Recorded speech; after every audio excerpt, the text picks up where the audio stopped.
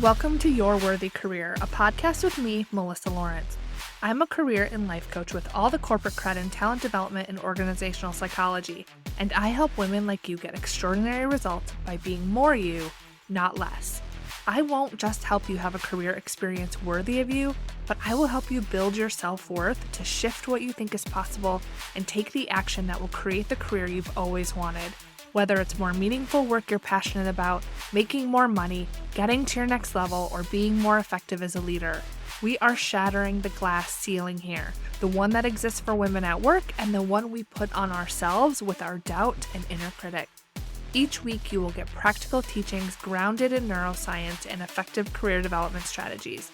You'll experience deep mindset shifts and the perfect amount of woo so you can run your career with ease rather than your career running you. You were born for more, and I'm going to help you get there, with maybe a few dance parties along the way. Your up level begins now.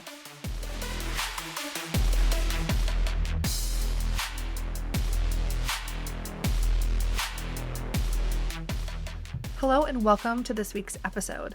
This week we are doing something a little different. Over the last few weeks, I have been having more conversations with clients about what it was like to start my business.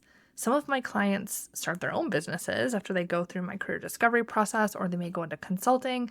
But sometimes this topic and my experience in it is relevant because I know what it's like to venture into something brand new, or to be in a place where you're doing something that maybe you never thought you could or that you would, or to want something more and to build a skill and be worried that if you take that step that you're going to fail. I know what that's like. And in July, I sat down with Matt Wilson, who is the founder of Hustle Productions. He invited me on his podcast to share my journey from working in pharma to starting my own business. And spoiler alert, but Matt and I met working at AstraZeneca. You'll hear more about that in the episode. Now, given the conversations I've been having with clients lately, and some of you reaching out, sharing that you really love hearing more about my story, I decided to share our conversation with you. I share what prompted me to start my business, my advice if you're looking to do the same, as well as the development and skills that you will build if you do so. I also talk about who I work with and some of the biggest challenges that we tackle together. Now, I can't wait for you to give it a listen.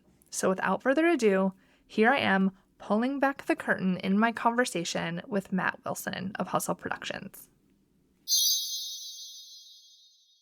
Hey everyone, welcome back to our second episode of Hustle Productions. What's Your Hustle podcast? This is episode 2. We are here with Melissa. How are you doing? Hey, I'm good. How are you? Good. Tell me a little bit about your business, right? We've talked a little bit back and forth, but kind of give me a rundown of what you do and your business. Sure. So I'm a career and leadership coach for women that work in pharma and biotech.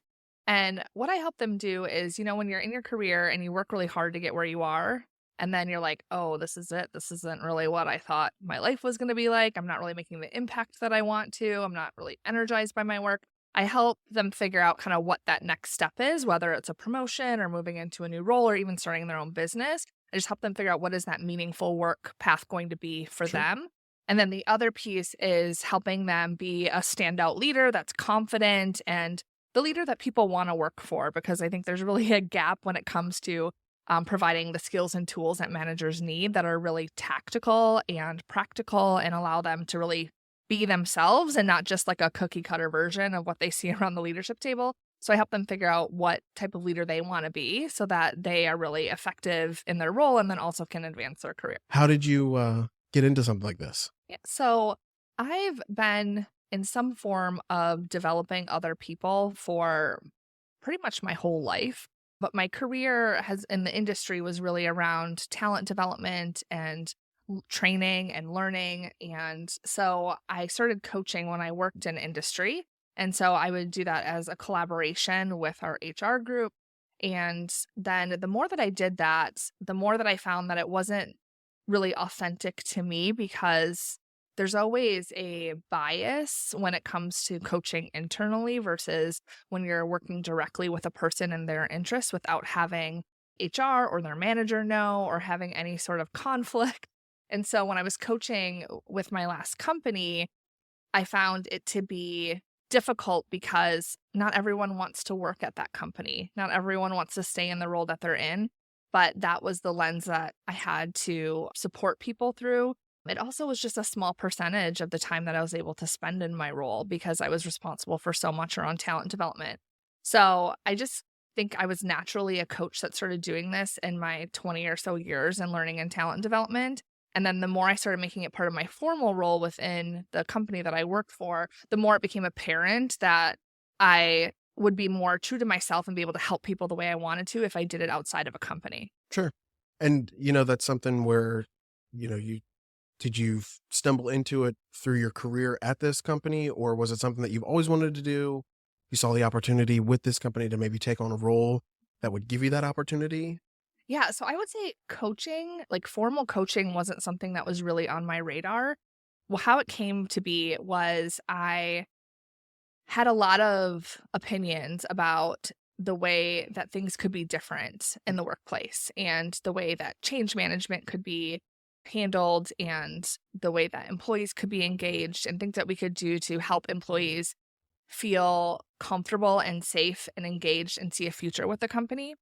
And as I was kind of having all of my opinions and talking to my manager one day in a one-on-one, he had said, have you ever thought of really pivoting from learning and development into more organizational development and making that a career? And I was like, no, I hadn't really thought about that. And so that kind of put me on the path to, I started looking into that. And then I went to grad school. And so I got a master's in organizational psychology. And through that graduate program, I was introduced to formal coaching outside of how I had been introduced to it in the past. And that led me on a path to then getting a certification in coaching and then taking clients kind of on the side Sure. and integrating that into my role where I worked and ultimately leading me then to wanting to do it full time. So that's exciting. So you kind of touched on that your supervisor at the time of this, I don't want to say discovery, but this kind of push forward, they kind of encourage you, which you don't usually see in a larger company. They usually try to keep people, and Yeah, it might have been the idea was, maybe they wanted you to kind of still work that internal route, see what you can do with the employees at the company you're with. But that's exciting where you kind of like had this aha moment, but it was kind of brought on by a conversation with somebody in your it corporate was. position. Yeah, and it was more of a, I would say, I don't know how supportive it was as opposed to you're complaining a lot about what the leadership is doing. And so maybe you should make a pivot and Yeah. do this more professionally because you have a lot of ideas and you Yeah. could do it if you kind of pivoted more into the HR talent space. Yeah. And so that really, like I said, got me thinking about it. And I was lucky enough that in that corporate role, they did really support me in kind of using them while I was in grad school. So when I was in grad school, there were a lot of projects I had to do around talent development and coaching managers, and they allowed me to use those projects with our company as opposed to finding another company or a nonprofit to do that work with. Okay. And so through that, I was able to demonstrate the value of that work, which allowed me then to be able to change my role for a couple of years before I left to focus on that organizational psychology and coaching piece. Yeah, that's exciting because it's one of those where you kind of were finding yourself while Mhm. also kind of working at this position and being able to almost give like a trial run, right? Mhm. See how you can really take what you learned in grad school and put it into the real world, right? And Mhm. then see, okay, this is actually something I enjoy. When you did that, or like that kind of transition of, was it something that kind of caught on pretty quick where you were like, oh yeah, this is me. This is 100% what I want to do. And then it kind of drove you a little bit further into it, or was it kind of rocky at the beginning? That's a good question. I would say organizational psychology is something I'm really passionate about. And so the work I was able to do with the company that I was working with was really beneficial for me in finding that coaching was the ultimate path I wanted to take. But I have this, the way that I look at my career is I never felt like I really figured out what that ideal role was for me. So every decision that I made throughout my career was just me following some passion that I had to try to figure out what is that path. So even when I was in these, successful roles, I always knew that that wasn't the end game, that there was something more for me. I just didn't know what it was. Sure. And so following that passion and making those pivots allowed me to find what that was. Yeah. And I don't know if you know this, and I don't think we've ever talked about it, but your path of working, at that 9 to 5 and finding what you want to do and your Mhm. passion, It's kind of sparked a little bit in myself. I know we've kind of gone back and forth when we were working together, and it was one of those where, like I was saying before, like you kind of just disappeared, but asking around, it was a good, disappear, right? You were kind of following what you wanted to do. And that was something that I kind of grew off as well, because where I am now is not where I want to be, right? That same thing, right? It's a position that quote unquote pays the bills. It's a great company. It's a great business. They do a lot of great things. That's not kind of where I want to be. This kind of setting of creating and filming. And I talk about it all the time with many people. And I even think I had a conversation in the last episode I had, where it was, you kind of had that like spark of, okay, this is what I want. This happened to me in, I think 2015 or 2016. And I was like, yeah, how do I get more of this? And I took an unconventional, YouTube University, learning all my tips and things. I think it was last year's when I took my first official like course of like, okay, how do we start putting this all together, and then kind of going from there. So I feel like I'm kind of a couple steps behind you in a sense of still kind of balancing, the full time and what I want to be doing. And then hopefully in the future, transitioning to, full-time business owner, right? So you were balancing both for a little bit. Walk me through that decision of, okay, I think it's time to kind of spread your wings and get out into the full-time business. Okay. So first, I didn't know that. So I think it's exciting. Yeah. So it's always fun to see the impact that you have that you don't even know. And I know that you're doing that for people around you also. So that's really cool. I remember when I met you and you volunteered to take photos for our Network of Women event, and you had your business card and you're like, hey, I'm doing this. And I thought that was so inspiring because you're finding ways to integrate that where you are as opposed to really segregating it. So I thought that was fantastic. I'm glad you asked this question because I was going to ask you if you have that decision point of when you're going to take that leap. So for me, I had established my LLC the year before that I left. I had started preparing financially to take the leave it's always smart. To go full time. I had the support at home from my wife. So I had kind of put all of the things in place to be able to make that jump. And I started taking clients at night. It started because I had to, as part of my certification for coaching, is I had to take a certain number of clients and document the progress or in the process that they were going through, and to kind of prove that I knew what I was doing. And so I was really lit up by that. And it got to this point where I would say it was like the fall of 2019 is when I kind of had everything in order, but I was having a hard time letting go of everything that I had worked so hard for. Yeah. So I was like, I hadn't come from a lot, and I was really successful by my own measurement and from my family's perspective. I had really come from humble beginnings, to say, and like I was, making more than I had thought I ever would, and I was more successful than I knew I could be. And so it was really hard to leave that. And so I found myself coming up with reasons not to leave. So for example, we had a bonus period where every year we would get a bonus. And so I was like, okay, I'll leave in like the bonus period of 2021, to give me lots of luxurious time. Yeah. To help prepare. And my daughter, who's 13 now, so she was about 9 or 10 then, she had written a letter to Santa that year of 2019 saying that she hoped that Santa could help me leave my job, that I was happy. She's like, she's really a life coach and she loves it, and hopefully she can do this all the time, and can you help her have her business? And that really melted my heart and showed me how even if you don't complain about your job, like your kids really can take notice about like what's really making you happy and what's not. And so that I was taking to heart. And so it just kind of got to this point where I decided to hire a coach to help me, because it became where it wasn't a math problem. It was like a Melissa problem. Sure. So everything was like, I had all the support, I had all the things that can make me, and I was like, no, I can't give it up. Like, this isn't a good decision. I need to wait. And so I hired a coach in the spring. It was May of 2020, after kind of COVID had kicked in. And I said, okay, I want you to help me leave my job by April of 2021. So after that next bonus cycle. Yeah. I mean, it's something where if especially once you get to the point where you're like, all right, I can make it a few more months, right? Because you have a general idea of exactly what that what that payoff is Exactly. going to And I was like, be. it's easy money. I was Yeah. like, I'm good at my job. It doesn't take a lot of effort from me. Sure. So I can do that and bring in the payroll, continue to kind of pad my savings and leave later. And I hired that coach in May of 2020 and I gave my notice in the beginning of June. So it only took a few weeks. And so I moved up that timeline by a year because I realized it was me holding myself back. Sure. And part of that is just like, was my question for you too, is like working through those worst case scenarios. Because if you have that feeling that there's something more for you, if you have a passion, if you have something you want to do full time, like you're the one that can make that happen. And so figuring out for me, it was, okay, let's say it doesn't work out. Let's say no one wants to hire me or I don't make any money. Then what will I do? Yeah. And so working through all of those things helped me kind of just take the leap. Yeah. And I have that thought in my head, or that question, I think every morning when I wake up is, right, how do we get to full time? Right. And it's kind of transitioned a little bit. It's how do I get my wife to not be, in the workforce, right? How do I get her to be a stay-at-home mom with my daughter? Because it's quickly, about a year ago, the idea of daycare was terrifying, right? And it's nothing on the daycare systems.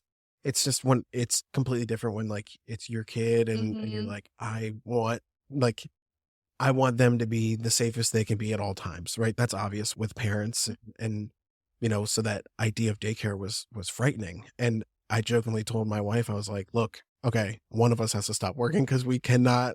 I don't know if I can get through this. Obviously, it's a year later. She started daycare of October of last year. She's been doing great. We're seeing huge, leaps and bounds as far as, just basic things that you want your 1-year-old to be able to do. And, they're great. It was funny. She just got, I don't want to say promoted, but she moved up to the next age group in class. Okay. And all the teachers in the newborn class were like, my wife was like, I don't know, it's weird. They're very standoffish and they didn't really say anything. And then later that evening, one of them messaged my wife on Facebook and was like, we really couldn't look at you guys leaving because we would have, completely started bawling and everything because of that connection. And that's when it kind of set in. I was like, okay, she's in a good spot. She's in a good place. And I felt that long before, but it kind of was reassuring, right? So back to kind of what you were saying is that transition, right? I don't know if I want to be full-time or still kind of do the balancing act and kind of let my wife stay at home, or it's something where I'm like, okay, look, let me see if I can do it full-time. I mean, in the perfect world, I'd be able to do both, right? But it's kind of seeing what would be better for our family, especially, if we're talking about kids and more kids in the future. Daycare is expensive. Like you said, you always have those things that kind of, it's a Matt problem or, it's a me problem. Like I can probably do it in the future. I wouldn't say right now, right? More and more growth and consistency is a big thing. I think my biggest thing is like, I don't want to say putting it off, but which way are we going to go? Are we going to go me going full time or my wife staying home? And that's kind of like, But what if you had both? that's exactly like if right? if we could do both, and then, or even if my wife could like cut back, because she's a nurse, so they can pick up shifts and do everything. So we've kind of thrown every idea at the drawing board, and we're still kind of at that point. We're like, okay, what do we want to do? But you're right. You kind of set those like the next hurdle, right? Oh, I want to get to here. I want to get to here. I want to get to there. Yeah. And then here you are a year later, here you are 6 months later, whatever that time frame is. And you're like, well, all right, let me just, and then bonus time comes around like, well, I gotta, You can wait a little longer. Yeah. Like that either or thinking too, that like you can't sustain your family doing the thing you love. Yeah. Right. And I had that same thing. Like when I left corporate, I set like my wife up with like low expectations. I was like, okay, so this first year, I think I'm only going to make like $15,000 like for the whole year. Just don't expect I'm going to make more than that. Right. Yep. And I did way better than I expected because I put that plan in place of, giving myself a period of time to really test my theory and really go all in on what I wanted to do. And then if it got to a point where I wasn't making money, like after a year, then it was like, okay, then the worst case scenario is I put my tail between my legs and I go get a job. Like that's really not even a bad scenario. It's not. So once I was able to kind of come to terms with that, it made it a lot easier. But that kind of thought error is the same thing I had, is it had to be like one or the other. Like I was leaving my successful career to work for pennies to do what I love at the sacrifice of my family. Yeah. Right. But then what I proved to myself is that wasn't the case. Yeah. No, and that's, I mean, it's very, I mean, that, like I said, like it's inspiring, right? You kind of, I don't want to say you took a leap, right? You didn't just kind of go out on a limb and just do whatever. Mhm. You had a plan, you kind of built yourself up. And I kind of feel like I'm at that point now. I think you touched on a big point is that support system around you, right? Making sure that you're all on the same page. I guarantee my wife is probably going to watch this, and it's shout out to her because I'm doing a lot of, the filming and the editing and the business side, but I wouldn't be able to do any of that if she wasn't doing everything else. And I'm not saying Yeah. I'm completely checked out as a dad, right? But it's one of those where you kind of have to have that support, right? Even Mhm. with close friends, with family, but more importantly, your team, right? You want to make sure that they're on board because you already have enough kind of pushing you in the wrong direction, right? With just life in general, and having that support is huge. And I think you just had an episode of your podcast where you had your wife you guys switched roles. Oh, yeah, Yeah. yeah, So she took it over, yeah. that's all like, and Yeah. that type of thing is awesome. Right. And then it Mhm. shows and it's exciting and it kind of, you build off of each other. Right. And Mhm. especially with my wife, she's very supportive. Like, hey, what are you going to do today? What's going on? And she understands, it's a grind, right? It's Yeah. not going to be overnight. And she's kind of investing in me, which is kind of giving me more drive to make sure, it works. So it's exciting. Yeah, and I mean, another thing to do is really to look at the math too. Like everything seems so much bigger and scarier when it's just in our head Yeah. of this, like, because you think you're just leaving all of this behind.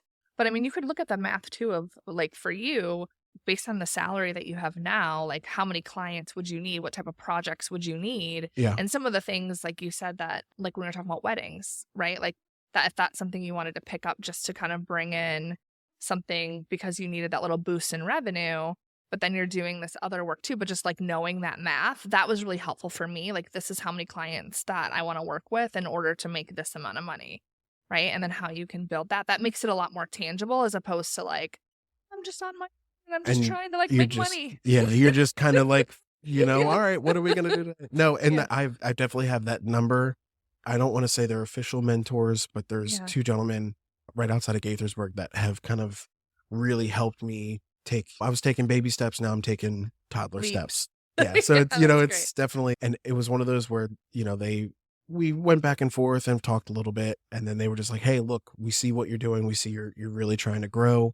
We want to help you as much as we can, and I can't thank them enough for everything they've done as far as structure, right? That was my biggest thing. And like I said, YouTube University, you can only get so much out of that where you almost need that mentor, right? Somebody that's gone through the ups and downs and oh, don't do it this way because that way never works type thing. I don't want to say it's a cheat code. I was actually just listening to Mr. Beast. I don't know if you know. Oh, my kids love Mr. Yeah. Beast. So on the podcast I was listening to, the last thing he ended with, excuse me, is mentors are the cheat codes of entrepreneurship. Like get with somebody or a coach, right? Yeah. Somebody that can kind of point you in the path and make sure that you're doing things the right way. And not so much right way as like, oh, you need to do it X, Y, and Z, Yeah. but make sure it's on your path, right? Make sure Yeah. it's Share their lessons learned Yeah. and like maybe help you think about things that you hadn't. Sure. So Yeah. my next question for you would be, so you had this I don't want to say turning of the tides, leaving the corporate job. Do you use what you learned through that process to help you with the coaching, like help you put back into your business, like learn from experience type? You can kind of point people in the right direction. Yeah. So I have a process that I created that helps them figure out, it's like 100% works every time. And it helps them, we create what is called a career protocol. Okay. And it identifies specifically what it is they want out of their role. And then I help them achieve that. Okay. So I definitely leverage of my experience, of course. And so I think what makes my service unique or really valuable for the people that I work with is that it's kind of coaching, but also consulting, because I have a career in talent development. That's an area of expertise that I have. So I know the skills that are needed. I know what it's like to work in the industry. But then I've also done things for myself, like navigated promotions or being kind of the only woman in the room, or I've written my own job description at my last company, and I've like been able to kind of negotiate what I do based on what I'm interested in. And so I've helped a lot of people do that also. So I definitely am able to take things that I've done and leverage those, but and then also then with my own coaching processes. Sure. So do you see your clients, are they more trying to get into a better position, like get a Mhm. promotion?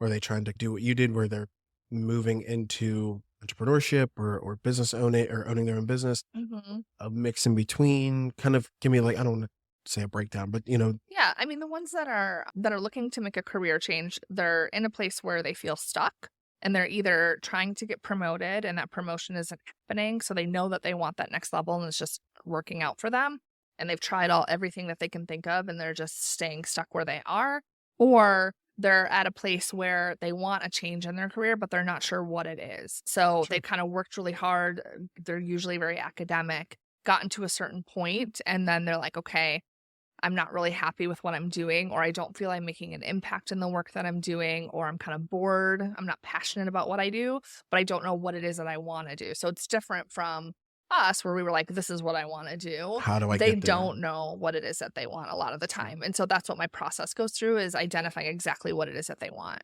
Yeah. Okay. And what challenges come with that? Like, is it something where, you know, you see the same reoccurring challenges throughout everybody? You kind of get a little bit something different every time. Mhm. What are like the big kind of things you see? Yeah, I think it's definitely very similar. So I just started pivoting more to group programs because I am having the same conversations over and over again, one on one. And so that kind of feeling of where they want to be and where they want to go to is the same. The other piece that is similar is really just the confidence piece of making a change, stepping out on your own. A lot of people will tend to lose themselves in just the way that our society is. I mean, from the time that we're born, like we are being conditioned to be someone other than who is naturally us. Mhm. And so an example I like to use for that is really simple is that when you're born naked and then someone puts clothes on you and decides you have to wear clothes and these are the clothes you And have to shoes. wear, Yeah. right? Like That's I jokingly say shoes because that's like our big thing that we're yeah. doing with our daughters. They do recess and everything's like, okay, time to start wearing shoes every day. And now there's Velcro on the shoes. So Yep. now Velcro is now something fun to play with. So, but no, that's a really good analogy of, you kind of are You're being molded. exactly. That's a Yeah. great way to put And it. so, Yeah. like, and then you're also being taught that there's a right way to do things. So you kind of have your parents that meanwhile or your caretakers around you that are showing you like what's right, what's wrong, what success is, how much money you should make, how much money is too much money, Yeah. how you should feel about yourself, who's pretty, who's not. Like all of these things you're being taught as you're growing up and then you're in school and there's a grading system, right? Where it's, you want to get an A. If you're not getting an A, you're not smart enough, right? Which Yeah. is really arbitrary. And there's standardized testing, right? Where you're just learning to pass a test. You do the same thing in college, you do the same thing in your career. Yeah. Like when you're in your career and you're putting on a rating scale of you're a 3, meaning you're meeting expectations, you're a 5, you're exceeding, you're taught again to like look at what other people are doing that are where you want to be and mold yourself into And that. compare. And so what happens is a lot of the people that come to me are, 30s, 40s, 50s, even 60s, and they're like, okay, I don't even know what I want anymore. I don't even know what is going to make me happy at this point because I've kind of lost myself. Yeah. And so that's a lot of the work that we do too is bringing them back to who they are and what's authentic to them. Like, what are those things that are really going to light them up? What are their talents and their skills that maybe they've forgotten about? Yeah. And then we amplify those and figure out what role is going to be best for them. And so that is all the same with everyone that I work with, as well as like my process includes like a testing component too, because I don't want to throw anyone into something that they're not ready for because the grass can seem greener. And then they go and test it out and they're like, oh, this isn't really what I thought it was going to be. So we want to make sure that it's actually going to be the right fit for them before they like, say, for example, leave their full-time job and go full-time into Yeah. something else. It's funny because my last episode, we were jokingly, and I made a statement, I don't know, a statement. It was a quote that I've heard. And I even made sure I was like, look, I didn't make up this quote, but it kind of applies to this is that sometimes the grass isn't always greener. Sometimes it's artificial turf. Sometimes it looks Yeah. nice, but once you Yeah. get over there, you're like, I don't know. But that's a good way to put it was you're there to kind of help people one, figure out what they want to do, right? What Mhm. is it that they truly will make them happy? And I think it's, for me, it's stuff like this. So you were saying with challenges that you see, Mhm. where you kind of have like consistent, but also new challenges. Yeah, and it's not always a drastic jump too. Sometimes people are afraid to even figure out what they want because they're worried that it's going to result in them having to quit their job. Like it's almost like the ignorance is bliss. Like, well, what if I discover that I would rather have my own business or I would rather work in a totally different industry or department and I start over? Like that seems more scary than just being unhappy right now because it's good enough. Yeah. And so, like, they can convince themselves to kind of settle, but it's often not really drastic. Like, I've definitely had people that have gone into consulting or started their own business and left industry or worked within industry. Or, like, I had someone that really wanted to have a horse farm. Like, all different things have come out of that process.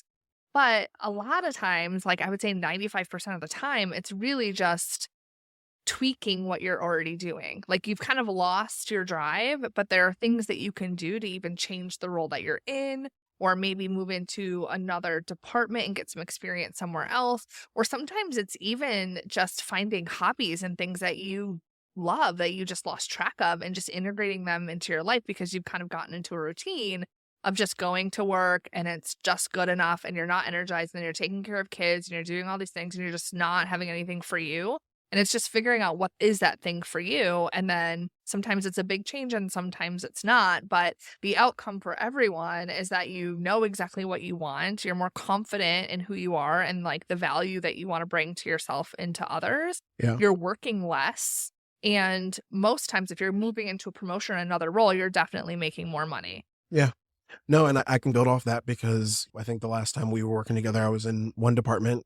Since then, I've switched, which kind of catapulted me into being able to do more of my business, going from working 9 to 5 or 7 to 4, whatever it was at the time, to now switching shifts and working a little bit of a, not the daily schedule you hear everybody work, open that door of getting the best of both worlds, right? Getting the opportunity to still hold on to that full-time job, go in and punch the clock, do the normal thing, but then also have the opportunity outside of that to then really get a trial run, really see like, okay, is this something that I can do? Is it something that I want to do? Right. A lot Mhm. of times you see sometimes people kind of, you might have seen it more than others, is jump into something and then they're quickly like, nope, nope, nope.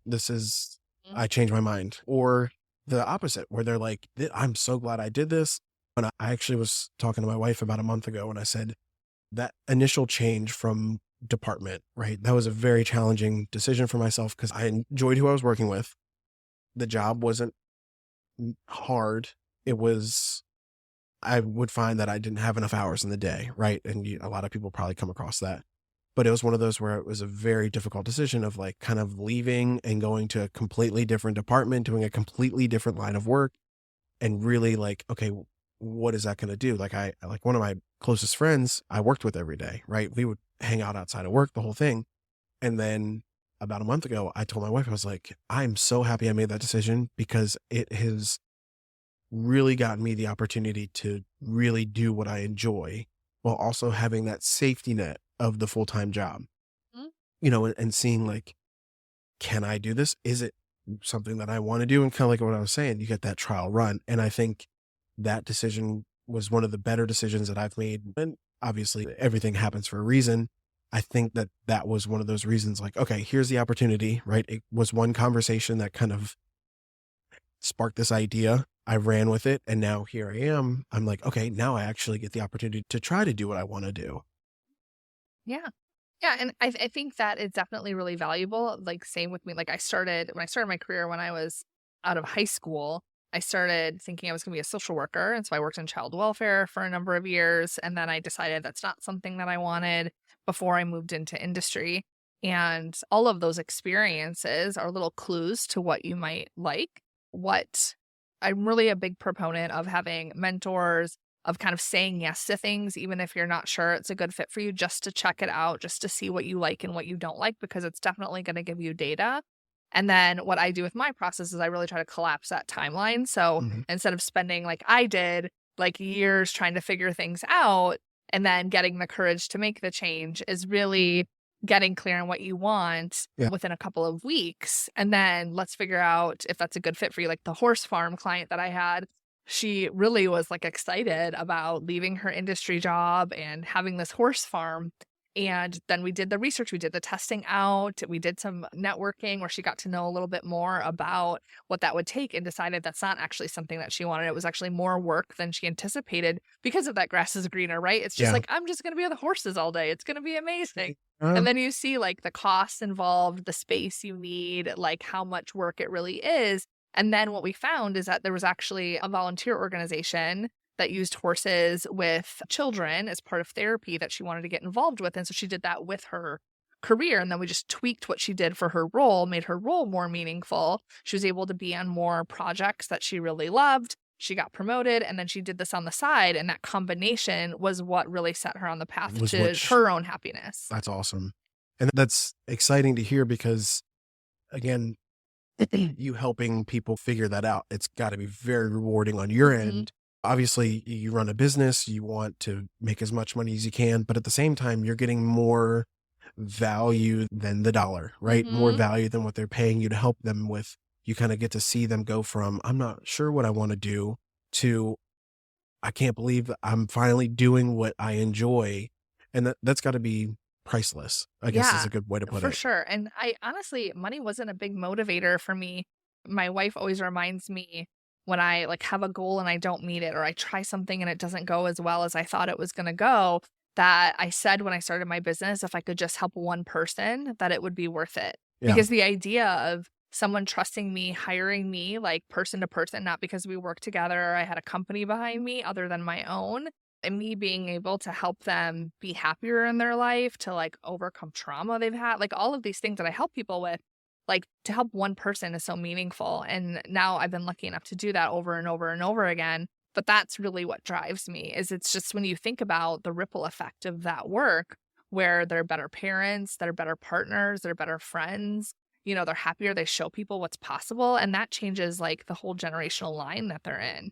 And so that really motivates me, and to be able to make money to do that is just icing on the cake. Yeah. You don't even think about the money side. You're just more, you're kind of happy with the helping the other people side. Yeah. And I have a very similar mindset. I do a little bit different business, right? But at the same time, I enjoy helping. One of the last businesses I made content for, they're like, hey, this is month 2. We are brand new in the business. And I said, all right, let's do what we can do. Let's work at your pace. Cause obviously it's tough doing stuff for free, where it is beneficial in some situations, some it's not. And you really figure that out along the way. But it was one of those where I was like, look, I'm here to help you. Let's kind of capitalize on everything that I can do for you while I'm here. And that same idea, right? That promotional video and then kind of cutting up little clips for them to then use on social media. I think a lot of people don't realize that you can really value stack a lot of things you do, especially on social media and content. And that's where like I want to say expertise. That's exactly what I'm trying to get into, as far as like showing people like, look, there's a way to kind of value. But going off of what you said is like, I saw this business brand new.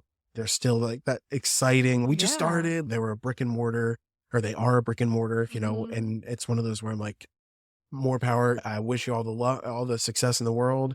And my biggest thing is I always follow and stay up to speed with all the businesses I work with, because I want to see them grow. And if it's not through me, and I tell them all the time, for example, if we start talking about content, look, I'm going to pitch you my idea. I'm going to tell you what I can help you with, or how we can, all the different things we can do. If you want to go forward with it, I'm all for it, right? Let's get started. If you're like, look, it's not my budget, or I don't think it's something that we want to do, that's fine too. I still want to see you succeed.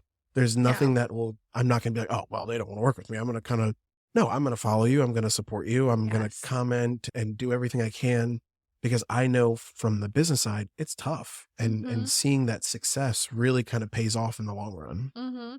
Yeah, and you do such great things like elevating small businesses, whether it's like having people on your podcast here, or even finding places to film that's giving people more exposure. I think that's great. And I'm similar in the way that I approach my business. Is I don't slide into people's DMs or anything like that. I kind of share what I know. I share like value to try to help people. They reach out to me. We have a consultation call usually, and then I share with them my process, how I can help them. And if they're like, yes, let's do it, great. If they're like, no, it's not the right time for me to invest or whatever it is, then that's fine. And like, that's why I have my podcast. That's why I do different free things so that people can always get some sort of help from me, Yeah. regardless of where they're at and their ability to invest financially. Yeah. And I'm very similar, right? I try to put out, I catch myself not posting as consistent as I want. Yeah. That's one of my 2023 goals is, okay, let's get more consistent. And I just realized we're halfway through the year. July is 6 months, just halfway. So it's one of those where I'm like, all right, let's start. Even for the past 2 weeks, I think I've been a little bit more consistent. So it's one of those where I want to see people grow. And even if they're not working with me directly, I put out tips. Like I think the last video I put out was talking about reminders about posting, right? Something that I use myself. I'm like, okay, let me just make a 30-second video talking about this. And maybe it'll help somebody get a little bit more consistent with posting. It'll come across somebody's plate and they'll see it and it's like, oh, that's great. And then they'll just keep on moving. And I know that I've helped them, even if it's just a little bit, it's still worth it, right? Mhm. Yeah.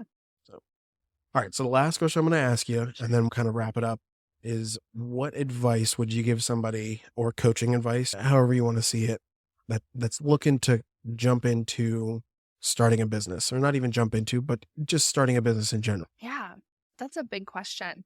I definitely think that if there is something that, like, if you don't feel like you belong kind of in the corporate space, or you just have this idea of the solution that you can help people with, like, businesses are really just providing solutions. So if you have a problem that people have and you have the solution to it, like, you could have a business if that's something that you want. You won't know until you try. So if you can set yourself up to be able to just try, whether it's on the side or if you're fortunate enough to just go in full time right away, whatever it is, but like you're not going to harm anything by trying and just getting started. There's a lot of information out there. With that said, I do think it's important that you don't get so caught up in what everyone else is doing for your business. And that's just a lesson that I learned. So when I started my business, I knew I had a solution I could provide and that it was valuable. I was new to being a CEO. I was new to marketing myself. And so I looked to other people to help me with those things when I realized, oh, wait, like at first I had a lot of clients coming from where I used to work because I was that talent person. So it was like, oh, now you're over here. Okay, you can help me over here. But eventually I had to get broader, and to market myself was a new skill that I had to learn. And there's a lot of advice out there, but it's based also on what worked for them, and everyone has their own business model. And I've kind of gone the long way, but I think that you have to just, at the end of the day, follow your own intuition around what works for you, the kind of business that you want to have, not to lose sight of that. Like we talked about before around like starting a business, and then you kind of get caught up in the money or caught up in the grind and you like forget why you started that business to begin with. So a lot of that is just staying true to you, and you can figure anything out. Like everything is a problem that can be solved. And when I started to look at things that way, as whatever was happening in my business, this is just a problem and I can solve it.